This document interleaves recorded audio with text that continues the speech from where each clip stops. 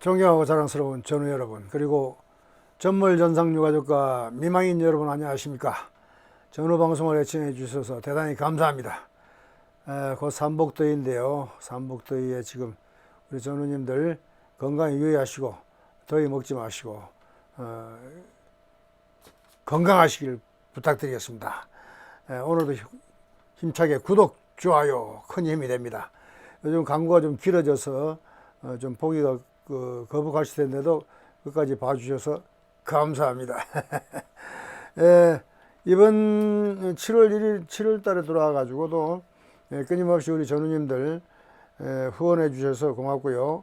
특히 권성미 전우님 7월 1일부터 시작해서 김장식 전우님, 이석주 전우님, 최상열 전우님, 김장식 전우님, 조재윤 전우님, 박주영 전우님, 이재풍 전우님, 안병주 전우님 이렇게 7월 달에도 이렇게 후원해 주셔서 대단히 감사합니다. 유용하게 쓰도록 하겠습니다. 절대 사적으로 불필요한 데 쓰지 않겠습니다.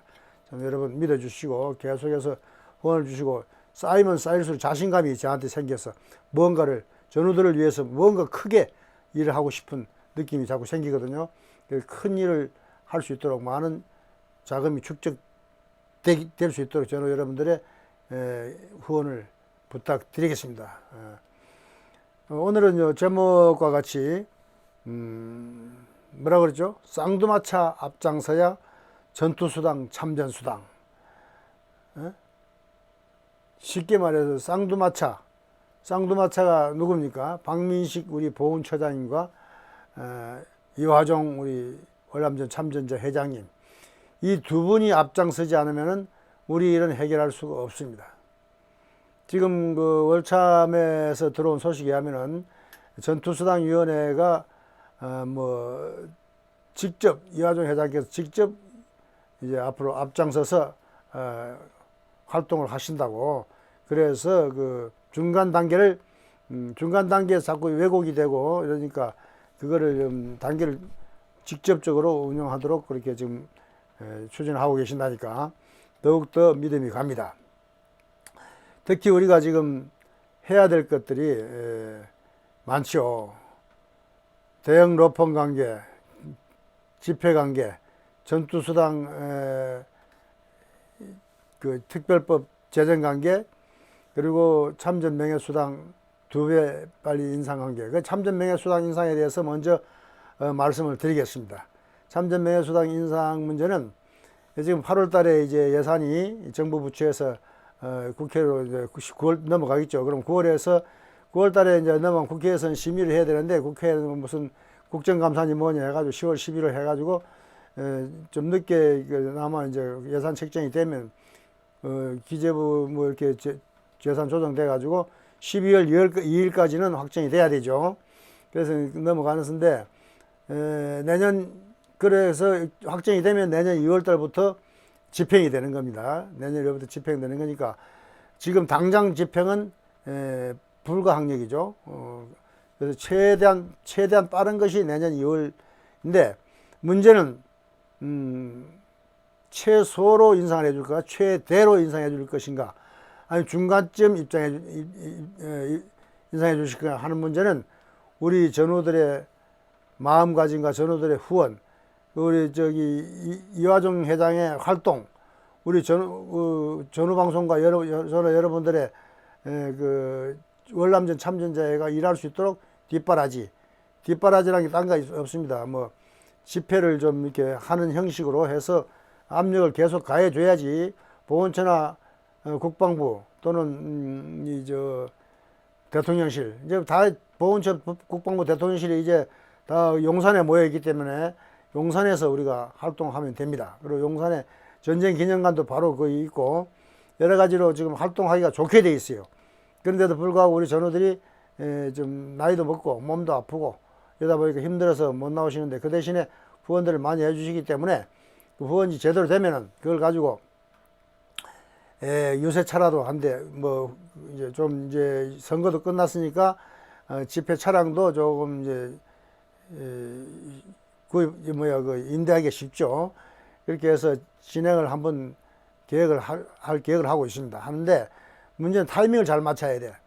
타이밍을 언제 맞춰야 돼? 국회하고 국방부, 대통령실 보훈처, 이것을 예산 심의 순서에 따라서 연말에 가면 국회 가서 해야 되고, 보훈처하고, 우리가 그 10,000원, 20,000원 올릴 때도 집회를 한 거하고 안 한 거하고 분명히 차이가 났습니다. 했을 때는 올려주고 안 했을 때는 안 올려줬어요. 확실하게 차이가 납니다. 그러니까 그런 문제들은 우리가 적당하게 제가 판단해서 저는 여러분들 도움을 요청하겠습니다. 지금도 어느 정도 준비가 되어 있죠. 그런데 이제 문제는 전투수당이죠. 전투수당. 참전 명예수당은 대통령께서 이제 공약을 하셔가지고 집행을 이제 언제 하느냐 하는 거는 이제 내년 2월 달부터 하는 걸로 일단 우리는 판단을 할 수 있죠. 특히 윤석열 대통령은 뭐 약속을 지키는 사람이니까 약속을 안 지킨다고 불신할 필요는 없고요. 지킨다고 믿어야 또 지킵니다. 불신하면 안 지킵니다. 불신받는 상황에서는 지킬 이유가 없죠. 신임을 해줘야 안 지킬 수가 없구나 책임감을 갖게 되는 거죠. 무조건 믿고 해줄 것으로 믿고 우리가 그걸 좀 더 많이 올려달라, 좀 빨리 해달라. 빨리는 뭐 어차피 내년 2월이니까 좀 많이 올려달라는 거, 그리고 추가적으로 유족 승계해달라는 거, 병급 해제해달라는 거, 이거 두 가지를 추가해가지고 참전 명예수당을 대폭 올려달라는 거하고 이 세 가지가 같이 하나의 그 대선 공약에 포함시켜야 됩니다. 그리고 이제 이하종 회장이 해야 될 거는, 추가적으로 해야 될 거는 지금 전투수당 문제, 이것이 사실 이거만 별도로 한번 내가 설명을 한번 하려고 생각 중에 있어요. 이거는 간단한 문제가 아니기 때문에 그거에 대한 거를 한번 별도로 구상을 해서 별도로 하고요. 오늘은 참전 명예수당에 대한 거, 요거에 대해서 말씀을 드리고요.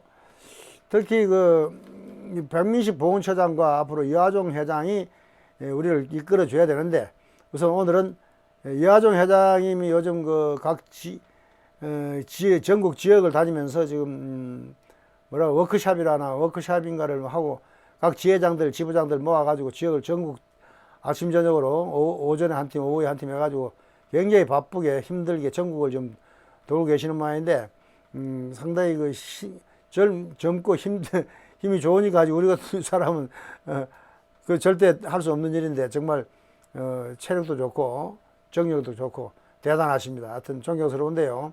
하여튼 이분 우리가 믿고 따라줘야 됩니다. 이제는 뭐 마음에 들다 안 든다 이게 문제가 아니에요.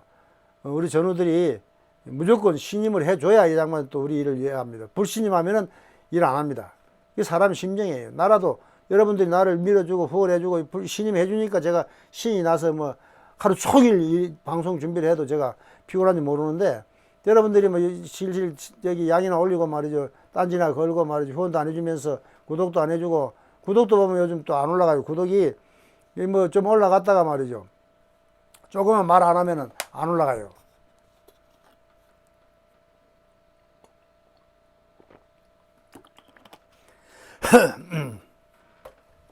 여러분들 보면은 양심껏 한번 보세요.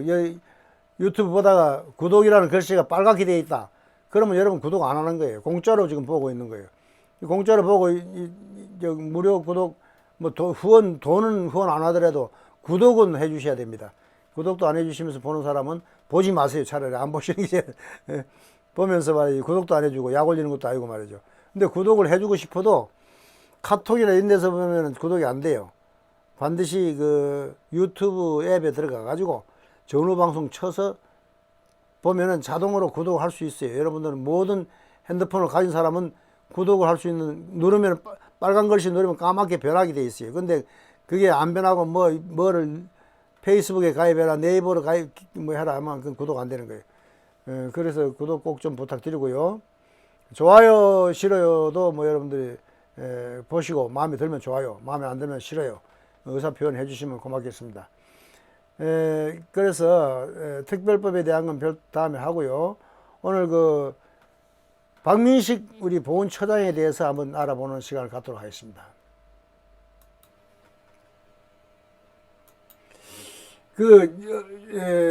엊그제 어느 뉴스에 보니까, 일간지에 보니까, 박민식 보훈처장하고 인터뷰를 했던데, 그걸 내가 못 찾겠더라고요. 근데 어느 누가 카톡으로 보내왔어. 그래서 보니까, 박민식 국가보훈처장 대담에 카톡 편글을 하나 제가 항상 이야기하죠.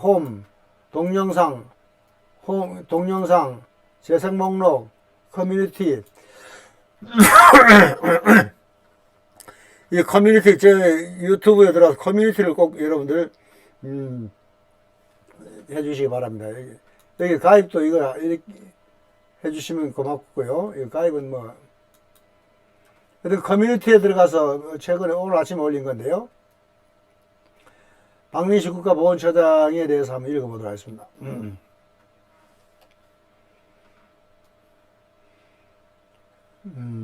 국가와 유공자 및 보훈가족은 갑을관계가 되어서는 안 된다. 아주 좋은 말씀이죠. 갑을관계, 지금은 갑을관계야. 이게 좋은 지적해 주셨어요. 아주 보훈처가 무슨 지원관계가 아니고 이거는 무슨 상전처럼 말이죠. 우리 감시 감독하고 이런 국가는 참전 용사를 돕는 것이 아니라 나라를 위해 희생한 고귀한 생명과 가족에 대한 무한 책임을 지는 주체가 되어야 한다. 정말 훌륭한 말씀이죠. 우리가 하고 싶은 얘기 해주죠. 박민식 국가보훈처는 7월 3일 날 서울 용산구 서울지방보훈청에서 가진 인터뷰에서, 이거 어디 하고 인터뷰했던데, 국가보훈처장으로 막중한 책임감을 강조했다. 7살 소년 시절 베트남전에서 아버지 박소희 중령을 잃은 박 처장은 나라를 위해 총 들고 전장에 나가 희생한 사람들 어떻게 대우해주냐가 국가의 정체성을 결정한다고 했다. 인터뷰 한 거를 우리 전우가 잘 정리를 해가지고 카톡에 올렸기 때문에 제가 정리를 하고 싶었는데 딱 해주니까 얼마나 고맙습니까? 대단히 고맙습니다. 이게 어머니 전우님이 하신 건지 누가 하는지 모르겠는데요. 박 처장은 18, 19대 국회 재선 의원을 지낸 첫 정치인 출신의 보훈처장이다. 외무교시와 사법고시를 둘 다 패스하고 특수부 검사로 이런 엘리트 중 엘리트다. 지난 3월 대선에서 윤석열 캠프 전략기획실장을 거쳐 당선인 특별 보좌역을 지냈다. 이때 특별 보좌역을 지내면서 우리 전우들의 2배 인상 문제도 우리 박민식 보훈처장이 기획을 했다고 보면 됩니다. 그때 우리 월참에 정근화 전투수단위원장이 가서 많이 접선한 걸로 알고 있어요. 박 처장 국회가 정상화되면 보훈처를 국가보훈부로 승격하는데 총력을 기울 계획이다. 저는 지금의 보훈처가 60년대 일본의 원호처 시스템을 이어받았다는 점에 아쉬움을 드러냈다. 말 그대로 원호에는 도와주고 구출해준다는 어려움을 좀 배고픔을 채워주는, 도와주는 정부는 도움을 받는 유공자는 을이 될 수밖에 없는 구조라는 지적이다. 박 처장은 보훈은 예우이지 시혜가 아니다 라며 인식을 바꾸기 위해 국익에 맞는 정부 조직 개편이 필수라고 했다. 여기에서 내가 문재인 정부에서 무슨 민변인지 이런 사람들이 말이죠. 이 보훈처가 어디고 심사하는데 다 들어가 있어. 일반인들이 들어가서 심사를 해가지고 우리 전우들이 많은 급수에 이게 급수를 주려고 하는 게 아니라 깎으려고 하는 그런 시대가 지나갔어요. 그래서 그것도 좀 우리 시정해 줬으면 좋겠어요. 이 급수 심사하는데 민간인 일반인들이 와가지고 특히 좌파 세력들이 와가지고 우리 전우들을 많이 괴롭힌 것 같은데요. 그것 좀 찾아내가지고 해소해 주시면 좋겠고요. 저 정치인 출신 보훈처장이다. 어떤 마음가짐인지 14년간 정치인 활동하면서 보훈 관련 다수 법안을 발의하는 등 꾸준히 보훈 정책과 관련 일을 해왔다. 보훈에 대한 이해도가 높고 강한 소명을 가지고 있다. 윤석열 정부 출범 초기 보훈처 역할을 특히 중요한 의미를 갖는다. 정치의 영역에서 나라의 정체성은 가장 중요한 요소다. 국가가 어떤 정신을 가지고 이어간다는 방향성인데 다르게 이야기하면 이데올로기다. 지난 몇 년 동안 국가의 정체성에 맞는 많은 국민이 고개를 갸우뚱하거나 오히려 비분강개하는 장면들이 많았다. 그렇죠. 이 뭐 유공자인지 무슨 민주유공자인지 구분해가지고 천안함 자초설이 나오고 병사들은 폐잔병이라고 한다거나 해수부 공무원 피격 사건에서도 북한에 말 한마디 못하고 오히려 월북했다고 이야기했다. 방향성을 바꿔나가야 한다. 문재인 정부의 아쉬웠던 점은 우리 여기 이것 진짜 아쉬운 점이죠. 문재인 전 대통령이 2018년 베트남을 방문해 베트남전 참전자에 대해 사과했다. 베트남은 미국에 성전했고 과거는 묻지 않는다. 미래로 간다는 또이모이 쇄신 정책을 폈기 때문에 사과를 요구하지 않았다. 그런데 일부 시민단체의 요구에 따라 이게 바로 민병이라든지 말이죠. 이런 좌파들, 정교조 이런 사람들이죠. 문 전 대통령은 우리가 베트남 양민을 학살했다고 유감을 표명했는데 하지 말라는데 했다고 유감. 이 유감을 표명하면 우리 전우들 이게 멋있는 행동 같지만 당시 8년 동안 청춘을 바쳐 참전한 우리 젊은 20대 장병 32만 5천여 명이 전부 학살자가 되는 거다. 대통령이 함부로 사과한다는 건 안 된다. 전쟁이 개인 간의 사랑 싸움이 아니지 않나? 얼마나 좋은 표현입니까? 진짜 문재인 정부의 가장 실망이 바로 이런 점들이에요. 우리 전우들을 갖다가 완전히 이렇게 똥바가지를 씌워가지고 어떤 배상 안 해줘, 보상 안 해주려고 말이죠. 그냥 무슨 5.18이니 4.3이니 말이지, 여기 이런 세월호 이런 데는 말이야. 수억씩, 8억, 모자란다고 3억 돼, 11억, 이렇게 주고 300, 500만 원씩 주면서 우리는 한 달에, 1년에 10,000원, 20,000원, 처음만 8만 원 올려주고, 어떤 애 안 올려주고 말이야. 이렇게 거지, 예? 양아치 취급하고 말이야. 이런 정권이 빨리 물러난가, 정말 너무 그것만 해도 큰 선물이고, 정말 저희들은 기분 좋은 일이지만은, 이제 민주화가 물러가고, 자유와 물결이 일어섰으니까, 호국이 왜 중요한가? 보호는 국가의 책무이다. 보호에는 독립의 가치, 민주화의 가치가 포함되어 있지만, 호국의 가치가 가장 중요해요. 호국. 우리는 호국보원이잖아. 근데 무슨 여기 민주화니 말이야, 이런 게, 어느 나라 마찬가지다. 6.25 전쟁이나 베트남 참전에서 있어서 나라를 왜 총 들고 전장에 나가 희생한 사람들이 어떻게 대우하느냐가 최우선 가치인 것이다. 그런데 최근 몇 년 사이 호국에 대해 이야기하면 또 전쟁 이야기를 한다면 꼰대 이미지로 연결되거나 전쟁 광인 집단이라는 인성이 생겼다. 또 군사 독재 세력 후예라는 프레임까지. 군사 독재 세력 후예. 박정희가 독재라는데 박정희보다도 훨씬 독재죠. 요즘 문재인 독재는 박정희 독재 100배는 넘는다고 생각해요. 이야기하면 상당히 세련된 것을 분위기가 팽배해졌다. 이제 균형을 갖춰야 한다.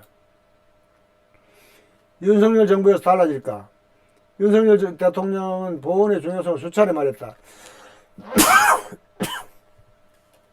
확고한 보훈체계는 강한 국방의 근간이다. 보훈과 국방은 동전의 양면이다. 며칠 전 만났을 때에도 약 1시간가량 이런 소신을 말씀하셨다. 나라를 위해 싸우러 간 국민을 끝까지 책임지는 것이 보훈이다.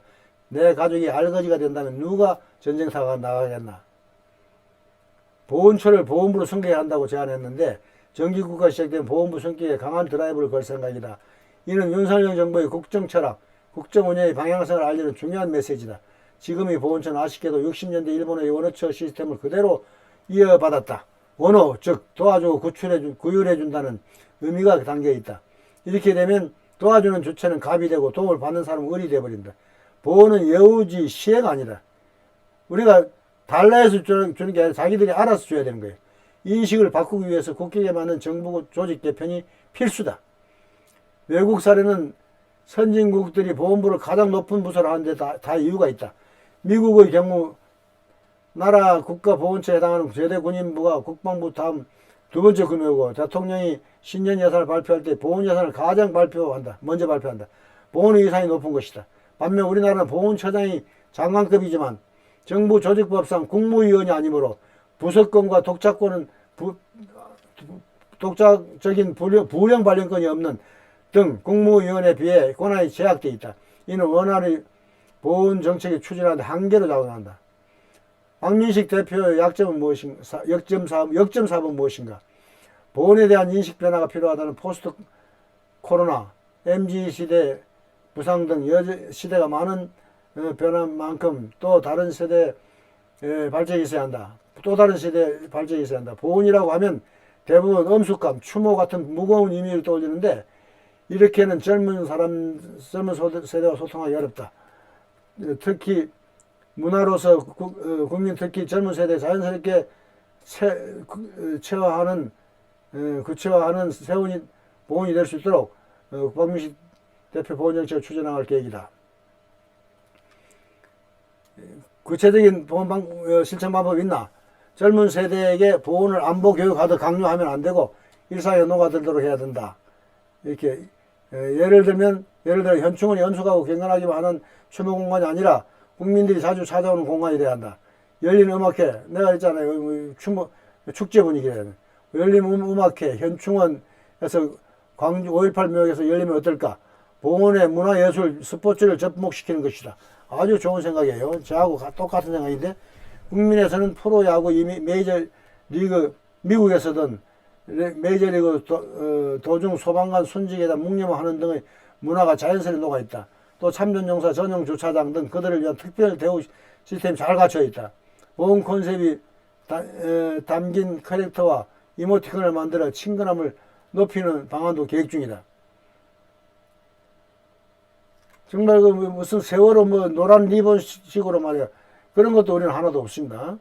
윤석열 대통령과도 인연이 깊은데 검사 시절 같이 근무한 적은 없지만 둘 다 특수부 검사 출신이니 서로 이름만 알던 시기였다. 제가 서울지검 특수 일부 수석검사로 있을 때 사표를 냈는데 대화해 본 적도 없던 이기수 이 선배인 당시 윤석열 평검사께서 불쑥 전화해 중국집을 부르더라. 그러면서 얼른 사표 찍고 복귀해 일하라고 질타하면서 설득했다. 어찌 보면 오지랖이 넓을 했지만 후배들을 챙기는 마음에 내 마음 한 구석도 상당히 짠해졌다. 이후 늘 제가 힘들 때마다 인간적으로 다독거려주며 언덕이 되어주었다. 잘 챙기시나 봐요, 후배들을. 윤 대통령이 보훈처장직을 일종의 보상으로 줬다는 말이 나왔다. 전혀 사실이 아니다. 윤석열 대통령은 그 자리에 책임자인가 아닌가를 가장 중점적으로 보는 사람이다. 윤 대통령이 보훈처장 인사를 결정할 때 망설임 없이 그 자리에는 박민식이다라고 말했다고 한다. 윤 대통령은 저희 가족의 히스토리를 장세히 알고 있다. 저에게 나라를 제대로 만들어보자는 말씀하셨다. 국가가 끝까지 책임지는 인류보훈이라는 정부 국정과제를 성공시키려면 국가가 먼저 책임지는 등록심사 제도와 보훈 보상 체계를 구현할 것이다. 또한 보훈 의료 접근성과 보장성 제고, 사망시 예우 강화 등을 통해 빈틈없이 책임지는 보훈 복지를 실현할 계획이다.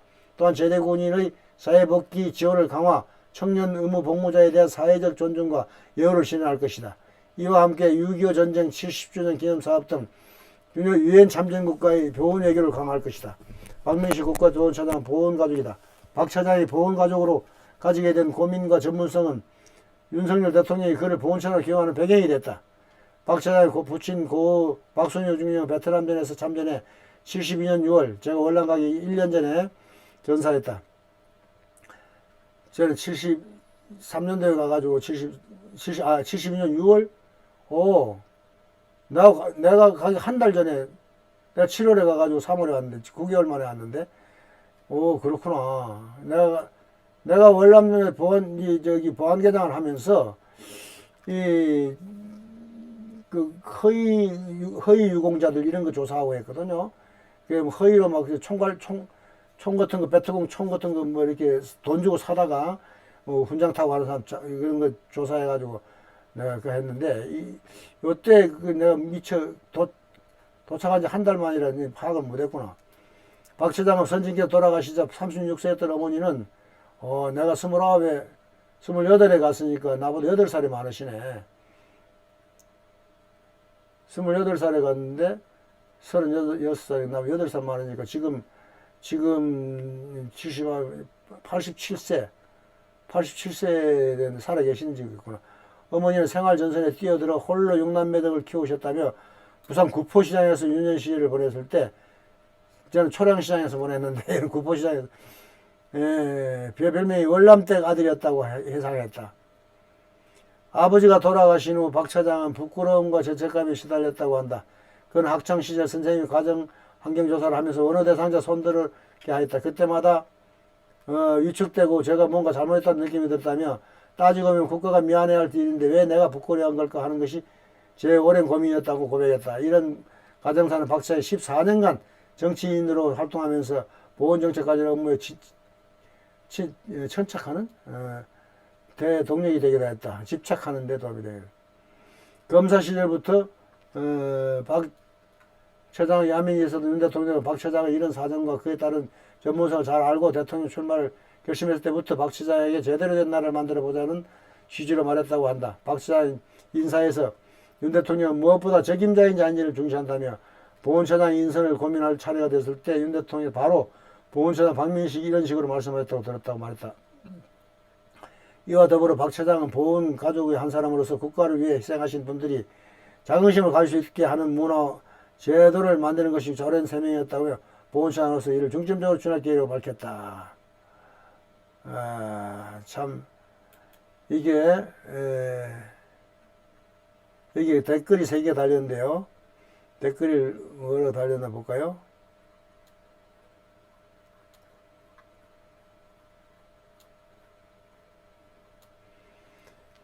문봉만 전우님은 앞으로 지켜봐야 할 문제이지만 나의 생각은 지난 역대 대통령 보훈처장보다는 잘 보수할 필요는 정보가 될 것이 사료되나 보훈은 예하가 없이 협력한 자세가 제일 중요합니다. 감사합니다. 이상학 전우님은 말씀 너무 감사합니다. 국가는 절대 그런 예우를 해줘야 국가가 의무라고 생각합니다. 월남전 참자분들 노후를 이제 편안하게 조숙히 만들어주시면 고맙겠습니다. 좋아요. 처장으로 좋은 말씀 감사하고 즉 보훈처의 혁신적인 방안을 강구하고 실행 공개할 것이다.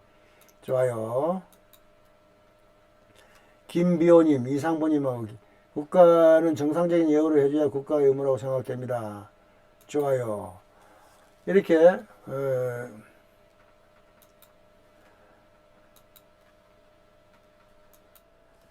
그 보훈처장님에 대해서 좀 알아봤습니다. 다음에는 너무 길었기 때문에 다음에는 우리 월남전 참전자의 이화종 회장님에 대해서 이제 지금까지 나쁜 점만을 내가 계속 강조를 했는데 이제 좋은 점을 한번 찾아보도록 하겠습니다. 우리가 사람은 좋은 점도 있고 나쁜 점도 있고 장점도 있고 단점도 있고 좋은 사람도 있고 나쁜 사람도 있는데 나쁜 사람은 없는 것 같아요. 나쁜 사람이 나쁘게 봐서 나쁘지